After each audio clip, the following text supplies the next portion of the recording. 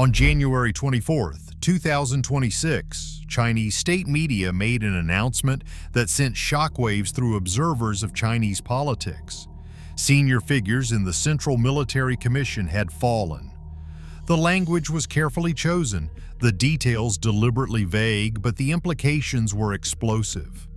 Within hours, social media videos began circulating showing military convoys moving through Beijing, armored vehicles in residential neighborhoods, and troops mobilizing at rail stations across the country. Western intelligence analysts and China watchers immediately recognized the signs. This was not normal military rotation. This was not scheduled exercises. This looked like emergency mobilization, the kind that happens when leadership fears threats to regime stability. Within days, reports emerged claiming not just purges, but an actual COUP attempt, an alleged operation on January 18th to arrest or attack Xi Jinping at a Beijing hotel, complete with gunfight and casualties.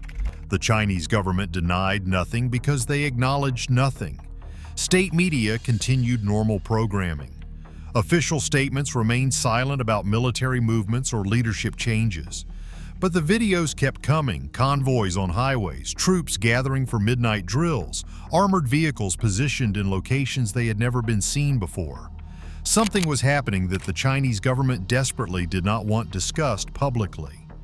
Today, we are going to examine what we know about the alleged coup attempt, what the military movements suggest about Xi Jinping's control over the PLA, and why this internal power struggle matters far beyond Beijing palace intrigue. By the end, you will understand why tanks appearing in Beijing neighborhoods might signal the most serious threat to Xi Jinping's rule since he consolidated power over a decade ago. Let's start with what allegedly happened on January 18th, because understanding the claimed coup attempt reveals how unstable the situation might be. Chinese political commentators cited unnamed sources and say an operation occurred on January 18th, targeting Xi Jinping at a Beijing hotel. The details vary depending on the source, but the core claims are consistent. Security forces attempted to arrest or attack Xi, a gunfight erupted, and people died. Some versions say the operation was ordered by factional elements within the military or security services. Other versions suggest it was a preemptive strike by Xi's own forces against plotters before they could act. One alternate version says arrests actually targeted senior military figures at a party school in Beijing, carried out by the Central Guard Bureau and discipline inspection bodies. In that account, the operation was carefully planned, executed with precision, and senior cadres were immediately briefed to prevent panic or misunderstanding. The problem is verification. None of these claims can be independently confirmed. The Chinese government is not acknowledging them. Western intelligence has not publicly corroborated specific details. What we have are social media reports, commentator claims citing unnamed sources, and circumstantial evidence from military movements that something unusual occurred. But the pattern matches historical precedents. Authoritarian regimes experiencing elite power struggles often see attempted coups or preemptive purges. The Soviet Union, Latin American dictatorships, and Middle Eastern autocracies all experienced periods where factions within security services turned against each other or against leadership. China is not immune to these dynamics just because the Communist Party presents a facade of unity. Now, let us examine the visual evidence that something unusual is happening. The videos and photos are harder to dismiss than unnamed source claims. Starting January 24th, social media users began posting videos of military convoys and armored vehicles in locations around Beijing where they are not normally seen. One video showed tanks or armored personnel carriers in what appeared to be a residential neighborhood. Another showed long convoys of military trucks on highways approaching the capital. Others showed troops gathering at rail stations, recruits being mobilized for overnight drills, and unusual military activity at bases around Beijing, a clear concentration of forces. Individually, any single video could be explained as routine military movements, scheduled exercises, or normal rotations. The Chinese military conducts training constantly. Troops move around the country regularly. Seeing military vehicles on roads is not inherently alarming, but the timing, locations, and volume of reports create a different picture. Multiple videos from different sources showing heightened military activity in the same time frame. Immediately following state media announcements that senior military figures had fallen suggests a coordinated response to a specific situation rather than routine operations. The critical question: are these forces loyal to Xi, being positioned to protect him against threats? Or are they loyal to purged factions, potentially preparing to challenge Xi's authority? In unstable situations, this ambiguity creates enormous anxiety for leadership. When you cannot be certain of military loyalty, every troop movement becomes a potential threat. The Chinese government's silence compounds uncertainty. If these were routine exercises, why not say so? If this was a scheduled rotation, why not explain? The lack of official explanation suggests the government prefers letting speculation run wild rather than acknowledging whatever is actually happening. Let's talk about who was purged and why this matters for understanding factional dynamics within the People's Liberation Army, PLA. State media's January 24th announcement referenced senior Central Military Commission figures who were described as falling, language typically used for major corruption or political violations. According to various reports, the purge may include figures like Zhang Yuqia and others close to previous leadership circles. The details remain murky, but the pattern is clear. Senior military officials with significant power bases are being removed. This follows years of military purges under Xi Jinping. Since taking power in 2012, Xi has removed hundreds of officers, including dozens at general rank. From 2023 to 2024 alone, over 15 high-ranking military officials were purged, including 2 consecutive Rocket Force commanders and Defense Minister Li Shangfu. These were not isolated corruption cases, they represented systematic removal of potential rivals and consolidation of Xi's control over the military. But there is danger in too much purging. Every officer removed creates resentment among their subordinates, allies, and factional networks. Remove enough senior leaders, and those networks might decide their best option is removing you first before they are next. This creates a vicious cycle. Purges breed instability, which then justifies more purges and breeds more instability. The alleged coup attempt, if real, would represent exactly this dynamic playing out. Military officers concluding that Xi's purges threaten their survival might decide to strike first. Whether they actually attempted it or Xi preemptively arrested them because he believed they might becomes almost irrelevant. The fact that such scenarios are plausible indicates how fragile trust has become. Now we will examine the control measures Xi has reportedly implemented because they reveal deep insecurity about military loyalty. According to reports from commentators citing sources within China, Xi has implemented extraordinary control measures over the People's Liberation Army in recent months. These allegedly include confiscating live ammunition from units around Beijing, ensuring troops cannot use their weapons without explicit authorization. Ammunition confiscation is a direct way to prevent the military from being able to fight even if they want to. Requiring officers to surrender mobile phones and communications devices, preventing unsupervised contact that might enable coordination among potential plotters. If officers cannot communicate privately, they cannot organize resistance. Mandatory loyalty declarations and political study sessions focused on Xi Jinping thought. Every officer must publicly pledge loyalty and demonstrate ideological commitment. This creates a record of who hesitates or shows insufficient enthusiasm. Bypassing normal command structures with orders flowing directly from the chairman's office via encrypted telegrams rather than through the established chain of command. This suggests Xi does not trust his own command structure to faithfully execute orders without subversion. If even half these measures are real, they indicate a profound crisis of confidence in military loyalty. You do not confiscate ammunition from your own troops unless you fear they might use it against you. You do not bypass command structures unless you believe commanders cannot be trusted. These measures also create operational problems for military effectiveness. Military effectiveness requires trust, initiative, and unit cohesion. Micromanaging from the top, restricting communications, and constantly demanding loyalty demonstrations undermines the very capabilities that make military forces effective. You might gain political control at the cost of military competence.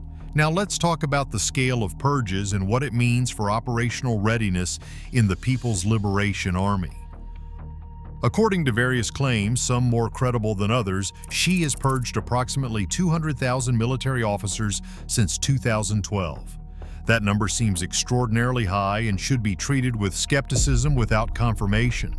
But even if the real number is a fraction of that, we are talking about massive disruption to military leadership and experience. More recently, reports claim 17 senior generals were arrested in connection with the alleged coup plot. Specific numbers are hard to verify, but the pattern of removing senior leadership is well documented through official Chinese media reports of corruption investigations. Every purged officer represents lost experience, disrupted planning, and institutional knowledge removed from the organization. When you remove generals who have spent decades in service, you lose their understanding of systems, relationships with subordinates, and accumulated expertise that cannot be quickly replaced. Experience lost this way is not easily rebuilt. For Taiwan scenarios specifically, this instability matters enormously. Planning an amphibious invasion requires coordination across services, detailed operational planning, extensive training, and commanders with experience working together. If senior leadership keeps getting purged, planning becomes impossible. The Taiwan invasion timeline depends on continuity that may not exist. How do you prepare for a 2027 invasion timeline when you do not know if your commanders will still be in place next month? Pentagon assessments that Chinese military modernization has been disrupted by corruption investigations partly reflect this reality. It is not just that corrupt officials stole money or compromised weapons, it is that the constant purges and instability prevent systematic progress toward operational readiness. Now let's examine the curious incident of the disappearing investigation notice, because it suggests factional struggle continues. According to reports, on January 25th, the day after state media announced the senior military figures had fallen, the Central Commission for Discipline Inspection posted an official notice about the investigation on its website. Within hours or by the next day, the notice allegedly disappeared. The page was deleted or became inaccessible. If true, this is extraordinary. The Central Commission for Discipline Inspection is the party's anti-corruption body, responsible for investigating and announcing disciplinary actions. Their website is the official record of ongoing investigations. Notices do not just disappear unless someone with significant authority orders their removal. The interpretation is factional pushback. Some powerful group within the party apparatus did not want the investigation publicly acknowledged or opposed how it was being framed. They had enough influence to force removal of an official notice from the Central Commission for Discipline Inspection website, something that should be impossible if Xi had absolute control. This suggests the power struggle is not over.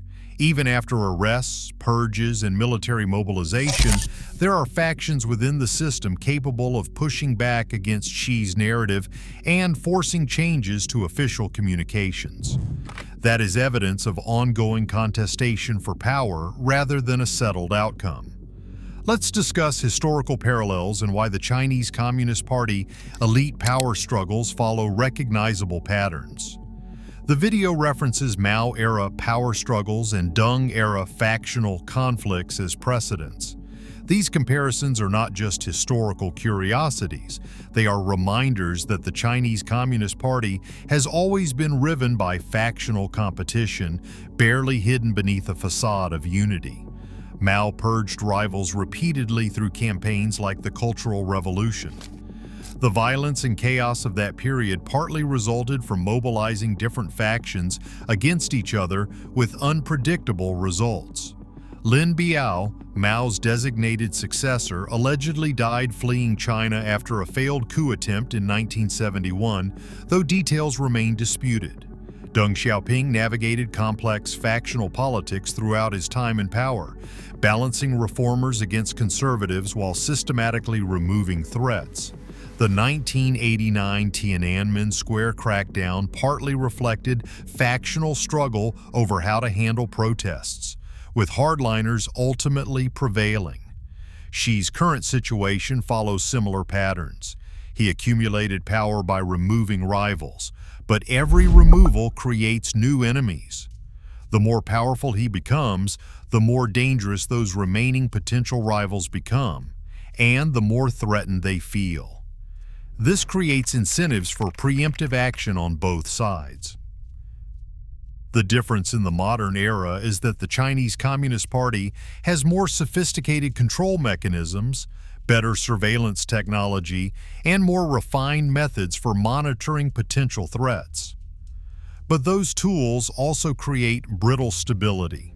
Everything looks fine until suddenly it does not, and the system can fracture quickly once trust collapses. Now let's talk about the Taiwan implications, because internal instability affects external military planning. China's 2027 timeline for achieving military readiness for a potential Taiwan invasion assumes a stable, unified command structure. It requires years of planning, training, coordination, and preparation that can only happen when leadership is secure and focused on external threats rather than internal survival. Military purges, coup attempts, and factional struggle undermine all of that. Commanders cannot plan major operations when they might be arrested next month. Officers cannot train their units effectively when they are attending mandatory political study sessions and demonstrating loyalty. Services cannot coordinate when normal command structures are being bypassed. United States and allied militaries are certainly watching these developments closely. If the Chinese military is experiencing significant internal instability, it affects calculations about potential Taiwan conflict timing and likelihood. An internally fractured People's Liberation Army is less capable of executing complex amphibious operations regardless of hardware capabilities. But there is also danger. Cornered leaders sometimes lash out externally to rally support and distract from internal problems.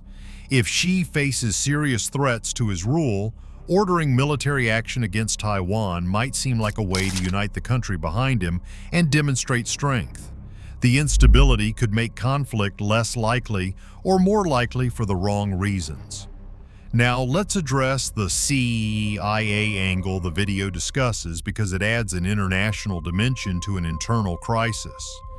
The video references a CIA public outreach video about contacting the agency, essentially a recruitment pitch aimed at potential foreign intelligence sources.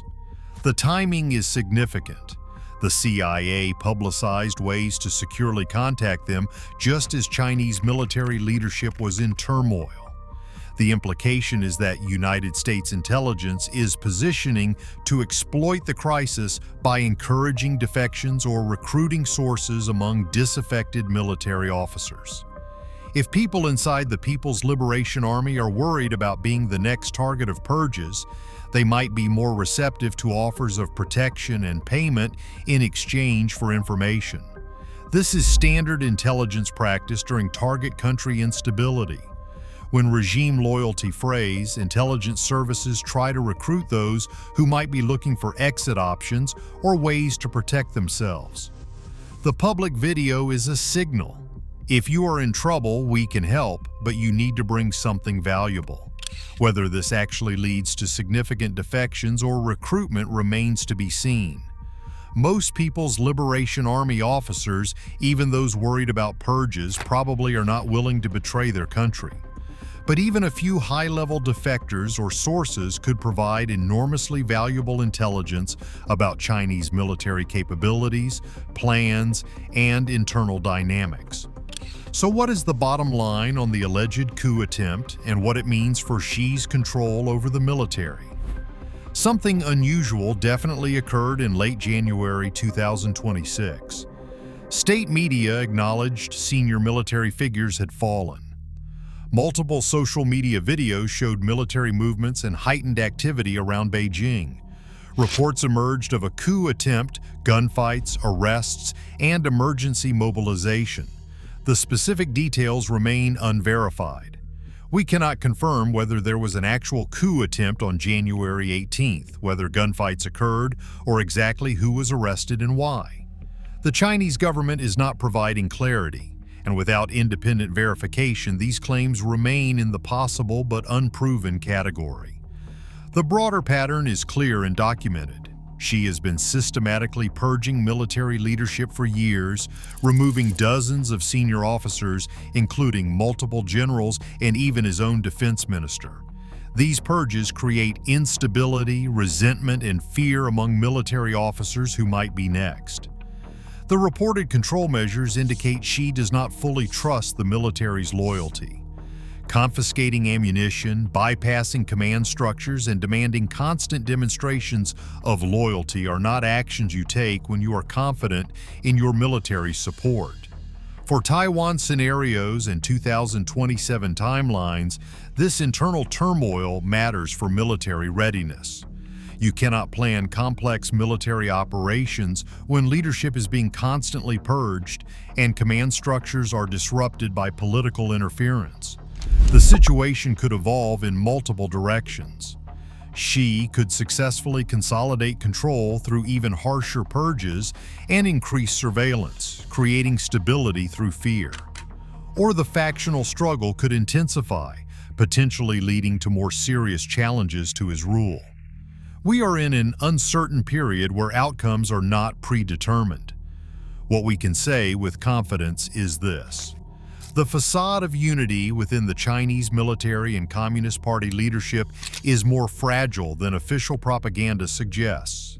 Internal power struggles continue despite Xi's apparent dominance, and this instability affects Chinese military capabilities regardless of how impressive their hardware looks. Don't forget to subscribe for more analysis on internal Chinese politics and what instability in Beijing means for global security. Thanks for watching.